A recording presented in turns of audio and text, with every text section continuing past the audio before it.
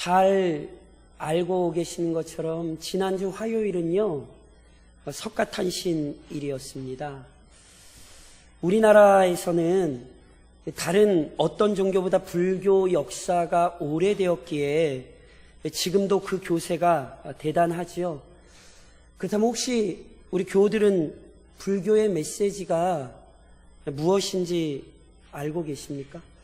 아이고, 목사님, 교회 나와도 성경도 모르는데 무슨 불교를, 그렇죠? 뭐 그러실 수 있지만, 불교라고 하는 종교는요, 한마디로 얘기하면요, 스스로 부처가 되는 종교입니다. 오해들 하시는데 부처를 믿는 종교 아닙니다. 부처는요, 신앙의 대상이 아니라 부처는요, 자아 실현의 목적입니다. 그러니까 부처나 보살 들어보셨죠? 보살이냐 이런 사람들은요, 개인의 열반을 추구하는 사람을 돕는 존재고요, 불교랑 궁극적으로 자기가 신이 되는 거예요. 이런 의미에서 불교의 특징뿐만이 아니라 일반 종교의 특징을 좀 이해하실 수 있어야 됩니다. 다시 말하면 세상에는 참으로 많은 종교들이 존재하고 있지만 그 종교들이 추구하는 핵심적이고 궁극적인 목적은 동일합니다. 각 종교의 수행 방법이 다르고 각 종교들이 가르치는 내용들이 달라 보여도 결국 스스로 구원을 얻고 스스로 신이 되는 것, 이것이 일반 종교들의 지향점입니다. 이 사실을 이해하면 현대 종교들이 종교 통합을 외치는 이유도 아실 수 있어요. 학문에서만 통합이 이루어지는 게 아니에요. 현대 종교의 가장 중요한 관심은요, 종교 통합이에요. 종교 통합. 그러니까 보세요. 왜 종교를 통합할 수 있어요? 아무리 달라도 결국 지향하는 바, 추구하는 내용이 같기 때문입니다. 인간이 스스로 하나님의 자리에 오르려는 것, 이것이 일반 종교의 종착지입니다. 그런데 이러한 인간의 욕망은 전혀 새롭지 않습니다. 왜냐하면 이것이 첫사람이 하나님께 불순종했던 이유이기 때문입니다. 하나님께서는 인간이 하나님과 동등한 존재가 될 수 없다는 사실을 가르치기 위해 선과 악을 알게 하는 나무의 열매를 먹지 못하게 하신 거예요. 이 명령을 통해 하나님께서는 피조물인 인간이 철저히 하나님께만 순종해야 한다는 사실을 알려주신 것이지요. 그럼에도 불구하고 인간은 어리석은 욕망을 품은 것입니다. 사단이 뱀을 통하여 인간을 유혹할 때 어떻게 충동질했습니까? 창세기 3장에 이렇게 기록되잖아요. 뱀이 여자에게 이르되 너희가 결코 죽지 아니하리라. 너희가 그것을 먹는 날에는 너희 눈이 밝아져 하나님과 같이 되어 선악을 알 줄 하나님이 아심이니라. 하나님과 같이 되어. 인간의 본심이 뭐였어요? 하나님과 같이 되려 했지요. 하나님의 자리에 오르려 했습니다. 이것이 죄의 본질이고요, 죄인들이 끊임없이 추구하는 부패한 행위입니다. 지금도 이 욕망에 이끌려 많은 종교들이 다양한 형태로 나타나고 있는 것이고, 그 거짓된 가르침에 이끌린 자들이 어리석은 일들을 행하고 있습니다. 그렇기에 성경은 이와 같은 어리석은 인간의 욕망을 철저히 경계시키며 바른 가르침을 제시하죠. 그렇다면 성경이 인간에게 제시하는 참된 진리가 도대체 무엇입니까? 사랑하는 성도 여러분, 인생이 참으로 연약한 존재인 것을 깨달으셔야 합니다. 오늘 우리가 읽은 본문에는요, 심각한 질병으로 인해 고통당하던 한 여인의 이야기가 기록되어 있지요. 이 여인은요, 일반적으로 혈루증이라 불리던 병을 앓고 있었습니다. 이는 여인의 자궁에서 불규칙적으로 피가 흐르는 아주 괴로운 병입니다. 이처럼 지속되는 출혈로 인해 빈혈 등 여러 가지 고통스러운 증상들이 나타나면서 여자로서는요, 정상적인 생활이 어려운 중병입니다. 중병. 그렇기에 이 여인은 어떻게 해서든지 병을 고쳐보려고 애를 썼지요. 그러나 그 결과가 참혹했습니다. 오늘 본문에 이렇게 기록하잖아요. 많은 의사에게 많은 괴로움을 받았고 가진 것도 다 허비하였으되 아무 효험이 없고 도리어 더 중하여졌던 차예요. 병을 고쳐보려고 얼마나 많이 노력을 했겠어요. 수많은 의사를 찾아다녔고요. 각양각색의 치료를 받았습니다. 그러나 다양한 치료 때문에 오히려 다양한 고통과 불편을 경험해야 했지요. 게다가 수많은 의사를 찾아다니다 보니 몸은 고생이었는데 그녀가 가진 재산은요, 다 탕진하고 말았어요. 병을 고쳐보려고 오랜 시간 동안 자신의 모든 것을 쏟아부었지만 병이 낫기는커녕 증세는 더 심해졌고 더 이상 무언가를 해볼 수 없는 형편도 되지 않는 비참한 상태에 이르게 된 것입니다. 그러니까요, 본문이 비록 짧게 기록되어 있지만 이 본문을 통해 우리는요, 이 여인의 괴로움을 충분히 짐작할 수 있어요. 처음에는 병이 시작되었을 때에는 육신적으로 심히 고통받았겠지만 이제는 육신뿐만이 아니라 마음마저 큰 고통에 시달리고 있었을 것이 분명하지요. 그래서 저희 보통 그런 얘기 하잖아요. 죽지 못해 산다고, 죽지 못해 산다고. 이 여인이 그랬을 거예요. 아마 욥의 탄식이 이 여인에게 그치지 않았을 것 같아요. 욥기 10장에 보면 욥이 이런 고백을 하거든요. 내 날은 적지 아니하니까 그런즉 그치시고 나를 버려두사 잠시나마 평안하게 하시되 내가 돌아오지 못할 땅 곧 어둡고 죽음의 그늘진 땅으로 가기 전에 그리하옵소서.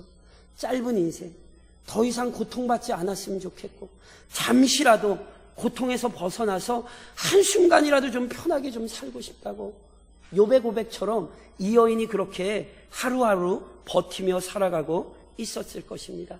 그런데요, 이 여인의 모습을 단순히 한 사람의 이야기로 여길 수만은 없습니다. 물론 우리 모두가, 모든 사람이 이 여인처럼 혈루병을 앓고 있는 것은 아니지요. 하지만 이 땅을 살아가는 인생들은 각자에게 주어진 다양한 문제거리들을 지니고 있습니다. 어떤 사람은 이 여인처럼 고쳐지지 않는 육신적 질병으로 인해 수년 동안 고통당하고 있지요. 어떤 사람은 겉은 멀쩡해 보이지만 정신적인 질병으로 고통당하기도 합니다. 어떤 사람은 가족 안에서의 문제 때문에 또는 일터에서의 문제 때문에 각자 고통을 토로하죠. 제가 지금 이렇게 여쭤보면 근심 없고 걱정 없는 분 없을걸요. 다양한 삶의 현장 속에서 다양한 삶의 문제 때문에 인생들은 각자 고통을 토로하죠.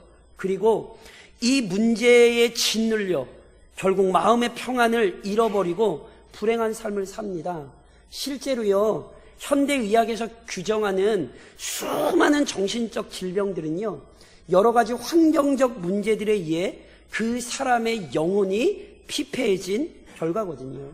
그러니까 비록 각자가 고민하는 문제가 다르고 속으로 걱정하는 강도가 다르다 할지라도 이 땅을 살아가는 인생들이 언제나 새로운 문제와 고민에 직면하게 된다는 사실은 결코 부인할 수 없습니다.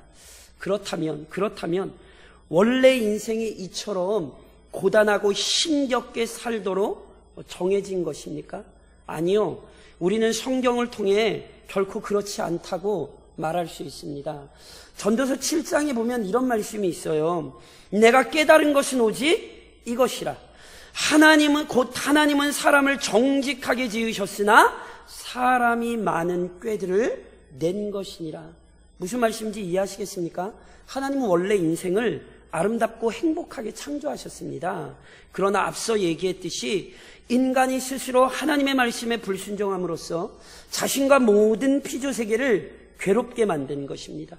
인간의 어리석음이 인간 자신을 괴롭게 만들었다는 사실을 잊지 마셔야 합니다. 게다가 이미 이 세상에 죄가 들어왔기에 어떤 인생도 어느 누구도 죄와 그로 인해 발생하는 고통에서 자유롭지 못하다는 사실을 인정하셔야 합니다. 마치 혈루증을 앓던 여인이 자신의 병을 스스로 고칠 수 없듯이 이미 죄의 세력에 둘러싸인 인간이 자신에게 발생하는 모든 문제를 해결할 수 없다는 사실, 내가 내 인생을 해결할 수 없다는 사실 반드시 인정하셔야 합니다.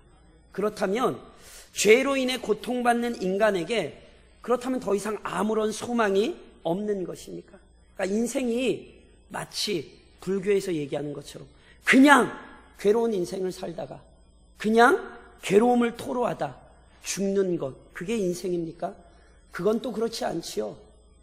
연약한 인생들이 참된 도움을 얻을 수 있는 방법이 있습니다. 불치의 병에 짓눌려 고통당하던 여인은요, 어느 날 놀라운 소문을 듣게 됩니다. 그 소문의 내용은 바로 유대인들이 그토록 기다리던 메시아에 관한 것이었습니다. 즉 스스로를 하나님의 아들이라 밝히신 예수님께서 하나님의 말씀을 너무도 능력 있게 가르쳐 주실 뿐 아니라 각색 병든 자들마저 즉각적으로 고쳐주신다는 사실이죠. 마태복음 9장에 보면 그래서 이렇게도 기록이 되어 있어요. 예수께서 모든 도시와 마을에 두루 다니사 그들의 회당에서 가르치시며 천국 복음을 전파하시며 모든 병과 모든 약한 것을 고치시니라. 뭐 중풍병자, 나병 환자, 뭐 귀먹은 자, 귀신 들린 자 할 것 없이 주님께 나아가는 자마다 고침을 받았습니다. 이 이야기를 듣자 깊은 절망에 사로잡혔던 여인의 마음에도 소망이 생겼어요. 그리고 자신도 주님을 만나봤으면 좋겠다라는 열망이 생긴 거죠. 그러던 중 주님께서 근방에 오셨다는 사실도 알게 되었어요.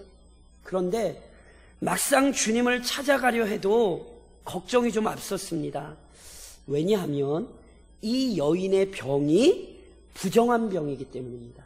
레위기 15장에 보면 이런 말씀이 있습니다. 이스라엘 자손에게 말하여 이르라. 누구든지 그의 몸에 유출병이 있으면 그 유출병으로 말미암아 부정한 자라. 혈루 증상, 유출병, 피가 흐르는 것입니다. 이 사람은요 율법에 의하면 부정해요. 그래서 부정한 사람이 만지는 물건, 부정한 사람과 접촉하는 사람 다 부정해져요. 그렇게 율법에 의하면 이런 사람들이 원칙적으로 많은 사람들이 있는 곳에 갈 수가 없어요. 행여나 갔다가 많은 사람이 있는 곳에 갔다가 누군가 저 여인 부정한 여인이야 이렇게 얘기해버리면요 무자비한 사람들에 의해 큰 어려움도 당할 수 있어요. 하지만 이 여인의 마음은 이미 주님을 찾아 나서지 않을 수 없는 상태가 됐거든요.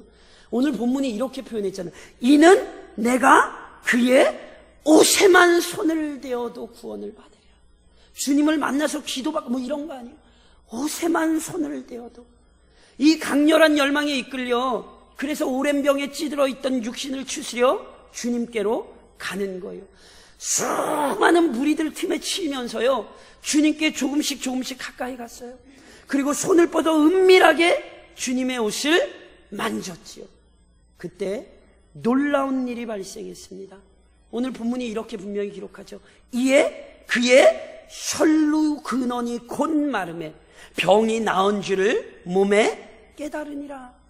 12년 동안 어느 누구도 고칠 수 없던 질병이고 어떤 방법으로도 치료할 수 없었던 질병인데 그 순간 즉각적으로 나았어요. 이 얼마나 놀랍고 놀라운 일입니까? 아멘이십니까? 별로 아멘이 남의 얘기라고. 그런데 실은요 따지고 보면 이 일이 연약한 우리에게는 놀라울 수 있지만 주님께는 그렇지 않습니다. 왜냐하면 우리 주님은 못하실 일이 없는 분이기 때문이죠. 그런즉 연약한 인생들은 스스로 자신의 인생을 책임지려 하지 말고 완전하신 주님 앞에 나와 도움을 요청해야 합니다. 마태복음 11장에서 우리 주님 뭐라고 말씀하셨어요? 수고하고 무거운 짐진 자들아 다 내게로 오라. 내가 너희를 쉬게 하리라. 우리 주님 앞에 나아가 우리의 인생의 짐을 내려놔야 돼요. 무엇보다 연약한 인생들이 주님 앞에 나와야 되는 이유는 분명해요. 인생의 문제는 육신의 문제가 아니라 영혼에 있습니다. 즉 그의 영혼이 죄에 사로잡혀 있는 자는 아무리 이 땅에서 건강한 삶을 살고 형통한 삶을 사는 것처럼 보여도 그는 영원한 멸망을 피할 수 없습니다. 그런즉 속히 주님 앞에 나와 엎드려 은혜를 간구해야 합니다. 구원자이신 우리 주님 앞에 엎드려야 하는 거예요. 그리고요, 연약한 인생들이 이렇게 주님 앞에 나올 때요, 놀랍게도 하나님을 영광스럽게 할 수 있습니다. 이 여인은 주님의 옷자락을 만지자마자 자신의 병이 완전히 나았다는 사실을 깨달았어요. 그런데 이 사실을 여인만 알게 된 것은 아닙니다. 예수께서 그 능력이 자기에게서 나간 줄을 곧 스스로 아시고, 전능하신 우리 주님께서요, 자신의 능력이 역사했다는 사실을 모르실 턱이 없습니다. 그래서 능력이 나가자마자 무리를 돌아보시며 물으셨어요. 누가 내 옷에 손을 대었느냐? 그랬더니요, 이 모든 일들을 알 턱이 없는 제자들은요, 주님의 질문을 이상히 여기죠. 예수님 왜 그러세요? 지금 사람들이 이렇게 많아서 서로 미는 거, 왜 그러세요, 예수님? 하지만 우리 주님은 제자들의 답변에 아랑곳하지 않으시고 자기에게 손을 댄 여자를 확인하려 둘러보시죠. 그러자 이 여자가 자신을 찾으시는 주님 앞에 두려워 떨며 나와 아뢰는 거예요. 자신이 원래 어떤 상태였는지, 왜 자신이 은밀히 와서 주님 옷을 만져야 했는지, 그리고 무엇보다 주님의 옷자락을 만지자 자신의 병이 어떻게 나았는지 우리 주님 앞에서, 많은 사람들 앞에서 고백한 거예요. 그러자 우리 주님이 말씀하셨죠. 딸아, 내 믿음이 너를 구원하였으니 평안히 가라. 내 병에서 놓여 건강할지어다. 오늘 우리 주님의 말씀, 그리고 말씀하시는 이 장면은 아주 중요해요. 때로요, 우리 주님께서 병자들을 고치신 이후요, 이런 말씀을 하셨어요. 마태복음 8장에 보면 이런 말씀이 있거든요. 한 나병 환자가 나와 절하며 이르되 주여 원하시면 저를 깨끗하게 하실 수 있나이다 하고는 예수께서 손을 내밀어 그에게 대시며 이르시되 내가 원하노니 깨끗함을 받으라 하시니 즉시 그의 나병이 깨끗하여진지라. 예수께서 이르시되 삼가 아무에게도 이르지 말고 다만 가서 제사장에게 내 몸을 보이고 모세 앞 명한 예물을 드려 그들에게 입증하라. 여기만이 아니에요. 성경에 보면 몇 군데 예수님께서 병 고치신 이후에 병 고침을 받은 사람에게 너 아무에게도 얘기하지 마, 이런 말씀을 하시거든요. 물론 이유가 있습니다. 그 한 예로 요한복음에 보잖아요. 오병이어 기적을 우리 주님께서 일으키셨을 때 사람들이 억지로 예수님 왕 삼으려고 소란 피우셨던 거 기억하세요? 그래서 예수님이 뭐 하셨죠? 급하게 무리들을 집으로 돌려보내셔야만 했잖아요. 이처럼 주님께서 행하시는 일들의 진정한 의미를 모르는 그 깨닫지 못한 죄인들은요, 주님의 뜻과는 상관없이 어리석게 행동하는 경우가 많았어요. 그래서 우리 주님이요, 때로는 불필요한 혼란과 혼동을 막기 위해 병 나은 사실을 이렇게 비밀로 하도록 하셨거든요. 그러나 이번 경우는 전혀 달랐던 거예요. 만일 주님께서 조용히 넘어가고자 하셨다면 우리 주님만 얘기 안 하시면 돼요. 주님께서 이 사실을 밝히지 않으셨다면 부정한 병으로 인해 사람들과의 접촉을 피해야 됐던 여인은 나중에는 모를까 적어도 그 자리에서는 이 여인이 얘기 안 했을 거란 말이에요.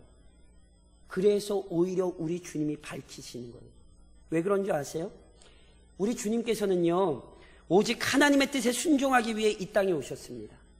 철저히 하나님께서 맡기신 사명을 감당하기 위해 우리 주님은 인간이 되셨던 거죠. 그래서요, 우리 주님의 가장 중요한 관심이 뭐였는 줄 아십니까? 우리 주님이 이 땅에 계시는 동안 가장 중요한 관심은 한마디로 표현하면 하나님의 영광이었습니다. 그래서 우리 주님이 거의 십자가를 지시기 바로 직전 요한복음 17장에서 이런 기도를 하시는 거예요.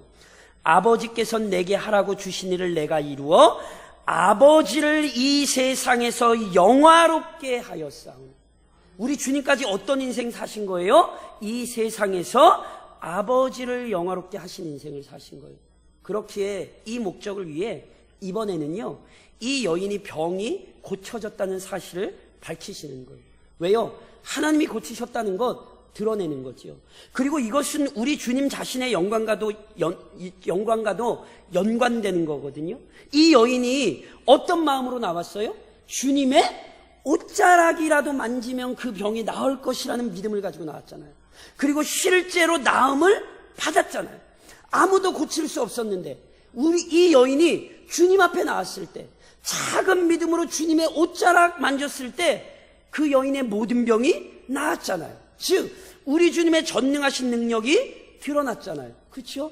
이처럼요, 연약하고 부족한 죄인들이 은혜를 구하며 하나님 앞에 나오는 것, 또한 그의 아들 그리스도를 의지하여 능력을 간구하는 것은요, 하나님과 그의 아들의 영광을 드러내는 방편이 됩니다.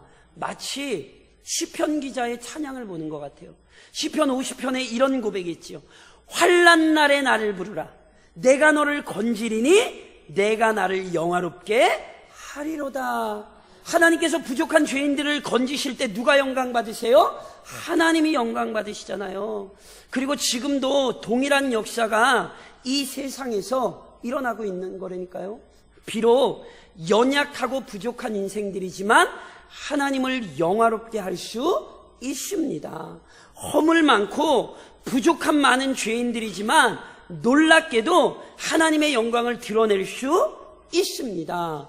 그리고 이것을 위해 실은 우리에게 구원의 은혜가 임한 거예요. 에베소서 1장에서 바울은 우리의 구원의 열매, 결과를 이렇게 설명해요. 모든 일을 그의 뜻에 결정대로 일하시는 이의 계획을 따라 우리가 예정을 입어 그 안에서 기업이 되었으니 이는 우리가 그리스도 안에서 전부터 바라던 그의 영광의 찬송이 되게 하려 하심이라. 하나님이 뭘 원하세요? 우리가 하나님의 영광의 찬송이 되기를 원하세요. 우리를 통해 하나님이 영광 받기를 원하시는 거죠. 그래서 이 시간에도 하나님의 은혜를 간구하는 마음으로 앉아 계시면 그거 하나님께 영광 돌리시는 거예요. 성가대가 하나님을 진실한 마음으로 찬양하면 그 찬양이 실은 사람을 드러내는 게 아니라 하나님의 영광을 나타내는 거지요. 그래서 우리가 찬양 끝나면 다 뭐예요? 아멘 하잖아요. 아이고 성가대 잘했어요, 이런 의미예요? 아이고 하나님 영광 받으시옵소서, 이런 의미잖아요. 이렇게 우리가 하나님 앞에 엎드릴 때 하나님의 영광을 돌린다니까요. 이것이요, 하나님이 우리를 구원하신 놀라운 구원의 계획입니다. 그러므로 사랑하는 성도 여러분, 인간의 연약함, 인생의 연약함을 통해 주님께 더욱 가까이 나아오십시오. 본문에 기록된 여인은요, 무려 12년 동안이나 병마에 시달렸습니다. 이로 인해 재산은 모두 허비했고 병색은 더욱 깊어져만 갔습니다. 시간이 지날수록 이 여인의 육신과 영혼은 점점 더 크게 고통당했습니다. 그런데 아십니까? 이 비참한 상황 때문에 이 여인은 주님에 대한 이야기에 귀를 기울이게 되었어요. 만일 이 여인이 아무 질병도 없고 그냥 평안하게 잘 살고 있었다면 당시 대부분의 사람들이 그러했던 것처럼 이 여인 역시 주님에 대해 깊이 생각하지 않았을 수 있어요. 그런데 자신이 가지고 있는 그 고통스러운 질병 때문에, 그 괴로웠던 시간들 때문에 이 여인은 지금 주님을 갈망할 수 있었던 거예요. 그리고 절실한 마음으로 은혜를 구하며 주님께 나오게 됐죠. 옷자락이라도 만지면 내가 나음을 얻겠다는 그 간절한 마음으로 주님께 나올 수 있었던 거예요. 이것은요, 단순히 이 여인만의 이야기가 아니죠. 마가복음 7장에는 또 이런 일이 기록돼요. 이에 더러운 귀신 들린 어린 딸을 둔 한 여자가 예수의 소문을 듣고 곧 와서 그 발 아래에 엎드리니, 그 여자는 헬라인이요 수로보니게 족속이라. 자기 딸에게서 귀신 쫓아내 주시기를 간구하거늘. 어느 날 한 이방 여자가 주님의 발 아래 엎드렸어요. 왜요? 이 여자의 딸이 흉악히 귀신 들렸어요. 놀라운 것은요, 이 여자가 이방 여인이에요. 유대인이에요. 이방 여인, 헬라인이에요. 무슨 얘기입니까? 헬라인들은요, 갖가지 신이 있습니다. 그러니까 이 여인은 지금까지 그 갖가지 신을 쫓아다니며 살았을 거예요. 그런데 놀랍게 자기 딸의 병 때문에 누구에게로 나와요? 예수님께로 나와요. 그리고는 결국 은혜를 잊게 되었죠. 이러한 일들은요, 여전히 우리의 삶에서 많이 발생합니다. 스스로 해결할 수 없는 인생의 문제 때문에 주님께로 나오게 되는 자들이 많이 있지요. 아마 우리 교우들 중에도 그런 분 계실지 몰라요. 어떤 인생의 큰 문제 때문에 신앙생활을 시작하신 분들. 저희 집안은 저희 어머니가 죽을 병 때문에 예수 믿기 시작했습니다. 그래서 지금 가문의 목사가 몇 명인지 몰라요. 놀랍죠? 그 한 사람이 죽을 병 걸린 것 때문에 하나님께서 우리 가정에 은혜를 주셨거든요. 물론 믿음 생활이라고 할 때 이것은 과정이라는 것을 절대 잊으시면 안 돼요. 무슨 얘기냐면 구주로 주님을 믿는 믿음을 가지면 그 이후에 인생의 모든 문제가 자동적으로 해결됩니까? 그렇지 않다는 사실을 아시죠? 앞서 서론에서 언급했듯이 이미 죄가 들어왔기에 이 세상은 불완전해요. 이 세상에서 어떤 연약함이나 이로 인한 고통이 없이 살 수 있는 사람 없어요. 오히려 아시죠? 믿음으로 살기에 어려움을 당하는 경우가 많아요. 실은 제가 이 설교를 준비하면서 예전 제 일이 떠올랐어요. 제가 목 디스크 때문에 진짜로 유명하다는 병원 제가 실은 안 가본 데 없이 다 가봤습니다. 제가 웬만한 병원 다 가봤어요. 이름만 대시면 아는 대학병원에서 제가 의료사고가 터져가지고 제가 그랬었어요. 그때 제가 진짜 별 방법을 다 써봤거든요. 지금은 그래도 하나님께서 은혜를 주셔서 제가 이렇게 잘 걸어다니죠. 우리 당회실에 올라오신 교우들은 알지만 제 책상이 앉아서도 할 수 있지만 제 책상은 이렇게 일어서서 하는 거예요. 저는 거의 일어서 있습니다. 왜냐하면 저는 디스크 정도가 아니라 목뼈가 거꾸로 휘어 있어서요. 뭐 책 조금 읽으면 목사인데 책 조금 읽으면 저는 힘들어요. 그래서 저 항상 서 있거든요. 그래서 제가 이 기억이 났어요. 이 여인의 마음이 어떤 심정인지 제가 죽을 병은 아니지만 제가 그래서 어렴풋이는 이해를 해요.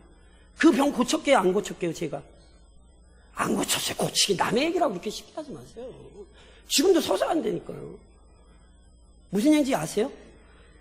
시편 68편에 이런 고백이 있어요. 날마다 우리 짐을 지시는 주, 곧 우리의 구원이신 하나님을 찬송할지. 날마다 우리 짐을 지시는 주. 연약한 인생이기에 날마다 도움이 필요한 존재라는 사실을 잊지 마세요. 그 짐을 우리 주님께 엎드려 맡기십시오. 연약함 때문에 고통받지만 오히려 그 연약함 때문에 은혜를 경험하실 수 있는 거예요. 오늘 우리는 이 사실을 배워야 돼요. 그리고 더 나아가 반드시 자신의 자녀들을 찾아내시고 구원하시는 은혜를 찬양하십시오. 마가는 본문을 다른 이야기의 중간에 삽입해 놓았어요. 즉, 이 사건은 예수님께서 회당장 야이로의 딸을 고치시러 가는 도중 발생하거든요. 우리 본문 앞뒤에 실은 야이로의 딸 얘기가 있어요. 앞에 마가복음 5장 이렇게 기록돼요. 회당장 중에 하나인 야이로라 하는 이가 와서 예수를 보고 발 아래 엎드려 간곡히 구하여 이르되 내 어린 딸이 죽게 되었사오니 오셔서 그 위에 손을 얹으사 그로 구원을 받아 살게 하소서 하거늘 이에 그와 함께 가실새 큰 무리가 따라가며 애워싸 밀더라. 이 본문이 지금 이 상황 속에 있다니까. 다시 설명하면 지금 주님께 몰려들어 주님을 따라가고 있는 모든 사람들의 관심은 야이로와 그의 딸에게 있어요. 그래서 지금 그거 구경하러 사람들이 막 몰려가는 거예요. 그런 의미에서 오히려 이 여인이요, 예수님께 접근하기 쉬웠어요. 왜냐하면 사람들은 다 야이로의 딸 생각하고 있거든요. 그런데 다른 사람들은 다 그 생각하고 있어도 이 사건은 구원자이신 우리 주님께서 먼저 기다리셨던 사건입니다. 요한복음 6장에서 우리 주님이 이런 말씀하셨어요. 아버지께서 내게 주시는 자는 다 내게로 올 것이요 내게 오는 자는 내가 결코 내쫓지 아니하리라. 무슨 말씀인지 아세요? 우리 주님은 이 여인이 자기에게 찾아오기를 기다리고 계셨어요. 표면적으로 보면 야이로의 딸을 고치러 가는 것이었지만 결국 이 사건은 이 여인이 우리 주님을 만나기 위한 사건이었단 말이에요. 그래서 우리 주님이 이 여인을 대중 앞에 드러내시는 게 중요해요. 우리 주님이 이 여인에게 무슨 말씀하셨어요? 딸아, 내 믿음이 너를 구원하였으니. 이건 지금 육신적인 얘기하는 거 아니에요. 육신적인 얘기는 내 병에서 놓여 건강할지어다 뒤에 하셨어요.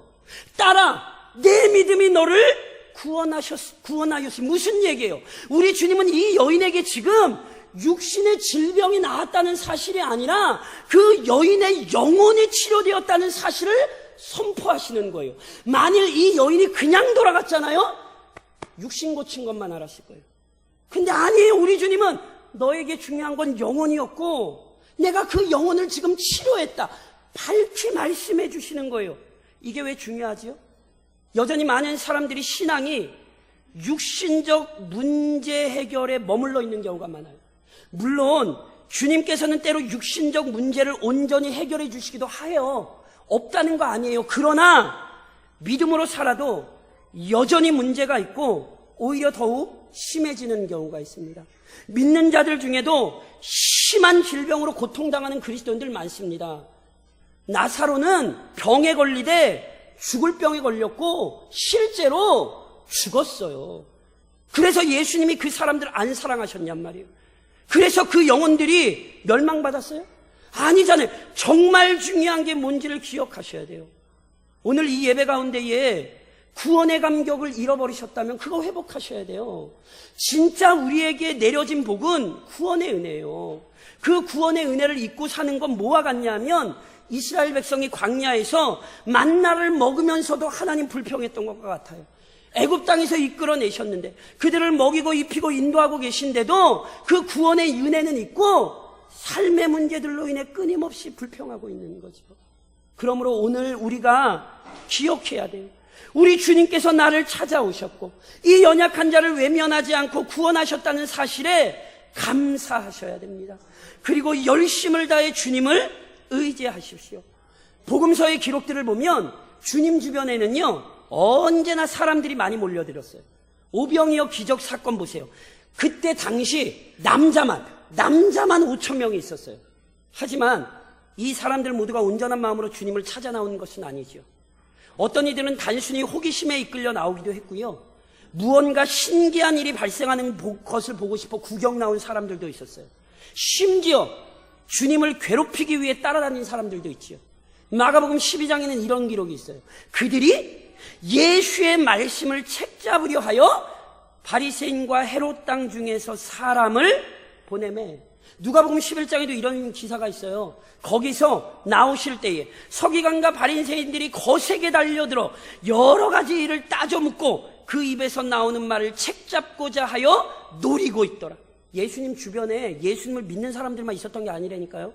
예수님을 어떻게 해서든지 시험에 걸려 넘어뜨리려는 사람들이 예수님을 아주 그냥 목숨 걸고 따라다녔어요. 가룟 유다는 예수님의 제자로 부름받았지만 예수님을 거부했습니다. 지금도 이러한 일이 일어나고 있어요. 물론 우리는 지금 예수님을 뵙기 위해 어떤 장소로 나갈 수 없죠. 예수님 보려면 어디 가셔야 돼요? 하나님 보좌 우편에 있는데 빨리 거기 올라가셔야죠. 하지만 예수님에 대한 사모함은 지금 이 시간 예배에 임하는 자세를 통해 명확히 확인할 수 있습니다. 즉 오늘 예배에 어떠한 마음으로 나왔는지를 스스로 점검하십시오. 이 시간의 예배가 아벨의 예배와 같은지 가인의 예배와 같은지 점검하십시오. 본문에 나온 여인과 같은 열심과 간절함을 품고 있는지를 확인하셔야 된다니까요. 시편 147편이 우리에게 이렇게 얘기하죠. 여호와는 자기를 경외하는 자들과 그의 인자하심을 바라는 자들을 기뻐하시는도다. 여호와를 간절히 경외하는 마음이 없이는, 여호와의 인자하심을 바라는 마음이 없이는 하나님의 기쁨이 될 수 없습니다. 물론 명심해야 할 사실이 있습니다. 이러한 열심은요, 단지 사람이 만들어낼 수 없다는 거예요. 혈루증을 앓던 여인이 주님의 능력에 대해 확신하고 또한 주님을 만나려는 간절한 열망을 품게 되었던 것은 실은 성령께서 역사하셨기 때문입니다. 그런즉 성령의 충만함을 위해 간절히 기도하셔야 돼요.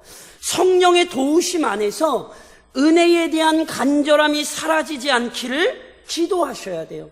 이러한 의미에서 시편 51편에 나온 다윗의 기도는 굉장히 중요하죠. 다윗이 이런 기도했어요. 나를 주 앞에서 쫓아내지 마시며 주의 성령을 내게서 거두지 마옵소서.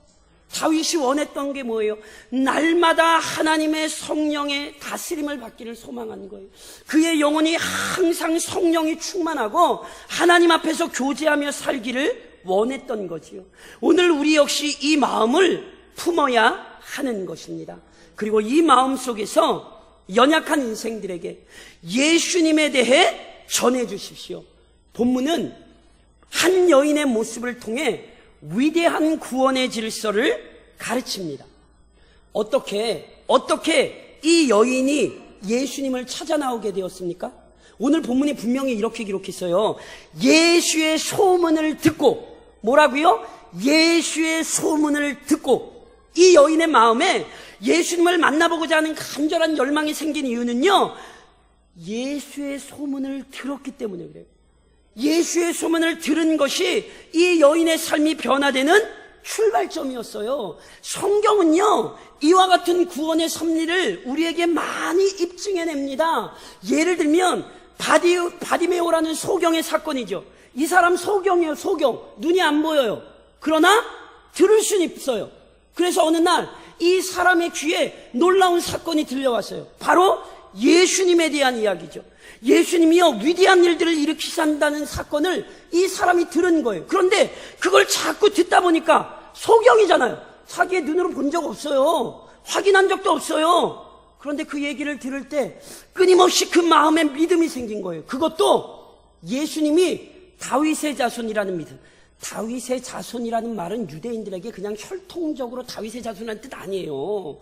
이스라엘 백성에게 다윗의 자손이란 하나님께서 약속하셨던 그 메시아라는 사실이에요. 그래서 바디메오는 그 마음의 확신을 가지고 주님께서 자신 근방을 지나다닌다는 소리를 듣자 어떻게 해요? 비명을 지르죠. 눈이 안 보이니까 뛰어갈 수는 없어요. 그러니까 비명을 지르는 거예요. 다윗의 자손 예수요, 나를 좀 불쌍히 여겨달라고. 사람들이 조용히 하라고. 지금 예수님 또 지나가시는데 어디 떠드냐고. 그래도 더 소리 질렀어요. 그때 어떻게 됐습니까? 예수님께서 그를 만나셨고 그를 변화시키고 그의 눈을 띄우셨죠. 이것이 구원의 질서라니까요. 바울은 그래서 로마서 10장에서 분명히 뭐라고 가르쳤어요? 그러므로 믿음은 들음에서 나며 들음은 그리스도의 말씀으로 말미암느니라. 잊지 마십시오. 모든 인간 죄인입니다. 믿으십니까? 다시 말하면 모든 인간은 예수님을 필요로 하는 존재입니다. 다시 얘기하면 모든 사람이 그러므로 주님에 대해 들어야 합니다. 어떻게 듣겠어요? 당연히 복음을 먼저 듣고 믿게 된 자들이 수고해야 하는 거지요. 누가 택하심을 받은 자들인지 누가 구원을 얻을 자인지 우리는 몰라요. 우리는 단지 복음을 들고 나아가 전하는 거예요. 그러면 그때 하나님께서 택하신 자라면 그 복음을 듣고 나오게 될 것입니다. 특히나 오늘 본문이 보여주는 것처럼 큰 어려움에 처한 자일수록 주님에 대해 듣게 해주십시오. 아시는 분들 계실 텐데 우리 교우 중에 한 분의 형제가 얼마 전에 큰 사고를 좀 당했어요. 물론 아직 결과가 어떻게 될지 모르겠습니다. 그런데 제가 지난주에 들으니까 형제들이 병원에 입원해서 가서 끊임없이 권면했더니 지난주에 제가 듣기로는 뭐 어떻게 되는지 모르겠어요. 나 예수 이제 믿겠다고. 나 예수 이제 신앙생활 하겠다고. 육신의 어려움이 그의 마음을 여놓아요. 이게 얼마나 놀라운 일입니까? 그래서 시편 기자가 119편에서 이런 고백했다는 거 아세요? 이 말씀은 나의 고난 중의 위로라. 주의 말씀이 나를 살리셨기 때문이다. 여전히 이 역사가 일어나고 있다는 것 아십니까? 그러므로 누군가 고난당하는 자가 있을 때 더 힘을 내서 가서 예수의 이름을 전해주셔야 돼요. 그때 성령께서 역사하실 것을 믿고 가서 전해주시란 말이에요. 이것이 오늘 교회의 사명입니다. 이것이 오늘 한 여인의 인생을 통해 교회로 하여 깨닫게 하는 아주 위대한 신앙의 신비입니다. 그러므로 사랑하는 성도 여러분, 이번 한 주간도 연약함 때문에 주님께로 더 가까이 나아가시고 오히려 연약함 때문에 더 주님을 의지하시고 그리하여 주님을 더 크게 외치시기를 우리 주님의 이름으로 간절히 권면드립니다.